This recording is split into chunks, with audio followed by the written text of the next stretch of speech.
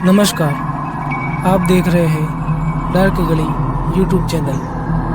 आज की कहानी में आगे बढ़ने से पहले खौफनाक और डरावनी कहानियाँ सुनने के लिए चैनल को अभी सब्सक्राइब करें।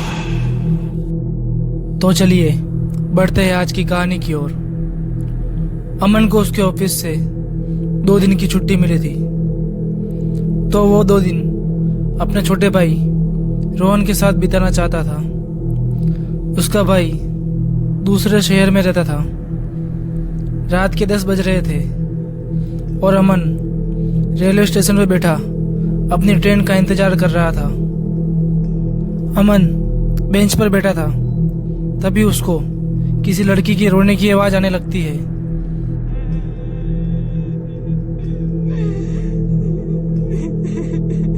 अमन बेंच से उठता है और इधर उधर देखने लगता है। उस स्टेशन पर कोई भी नहीं दिखाई दे रहा था, सिर्फ कुछ लोग थे जो वो भी सोए हुए थे। अमन ने आवाज पर गौर किया और आवाज का पीछा करने लगा।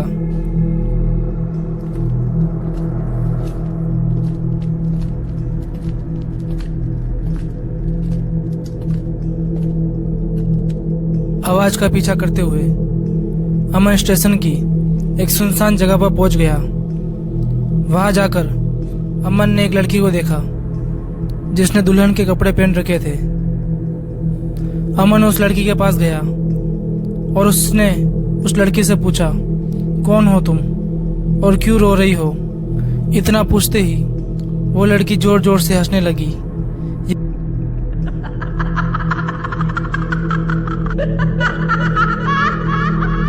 यह देखकर अमन घबरा गया। वो लड़की पलटी और अमन का सर पकड़ लिया और उसकी गर्दन चाकू से काट दी। गला कटते ही अमन की नींद एक झटके में टूट गई।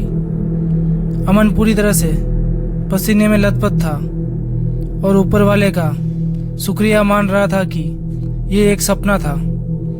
अमन ने अपने बैग में से पानी की एक बोतल निकाली और पानी पीने लगा।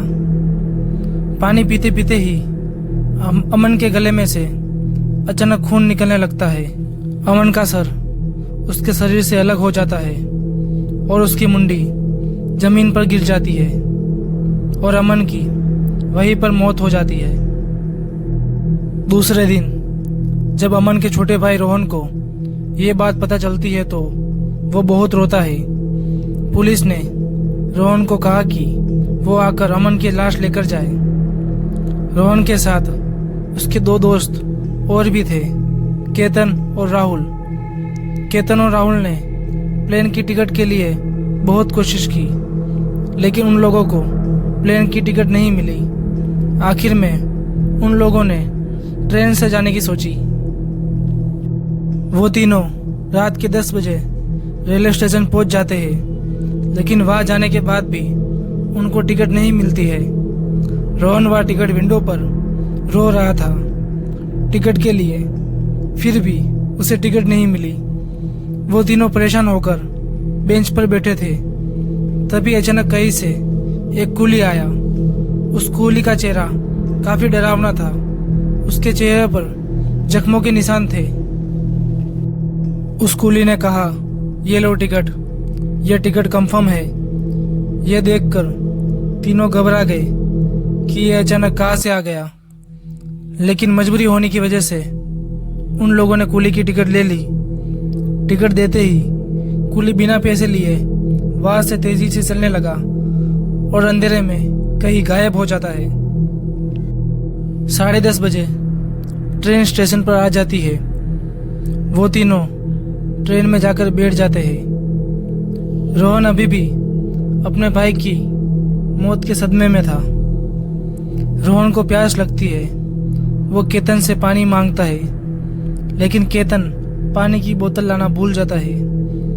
केतन उठता है और प्लेटफॉर्म से पानी की बोतल लाने के लिए ट्रेन से बाहर आ जाता है। केतन बाहर आकर इधर उधर देखता है, लेकिन उसे कोई भी स्टोर नहीं दिखता है। तभी केतन को ट्रेन से थोड़ी दूर एक लड़की दिखाई दी। जिसने दुल्हन के कपड़े पहने थे।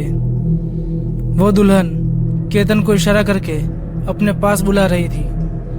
केतन खुश हो गया और उसके पास जाने लगा। पास जाने के बाद वो दुल्हन चलते हुए स्टेशन के लास्ट में चली जाती है। केतन भी उसके पीछे पीछे वहां पर पहुंच जाता है। केतन उसके पास जाता है और उस लड़की से उसका नाम पूछता है, लेकिन वो लड़की कुछ भी नहीं बोलती है, सिर्फ सर नीचे कर कर घूंघट में खड़ी थी।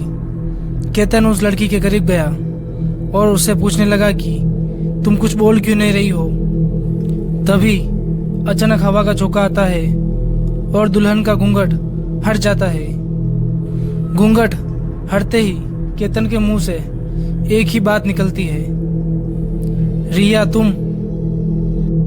उस दुल्हन ने अपना हाथ केतन के सीने में डाल दिया और केतन का कलेजा पकड़कर बाहर निकाल दिया और केतन की वहीं पे मौत हो गई।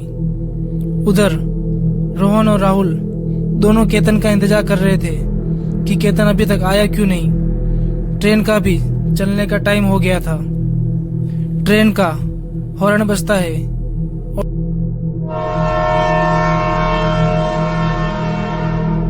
और ट्रेन चल पड़ती है। ट्रेन अपनी पूरी रफ्तार पर थी।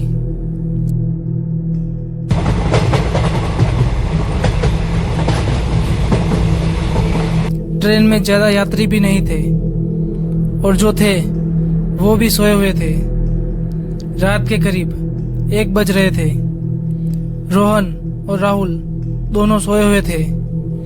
तभी राहुल के कान में कोई लड़की की आवाज उसका नाम पुकारती है, तो वो अपनी सीट से अचानक उठकर बैठ जाता है।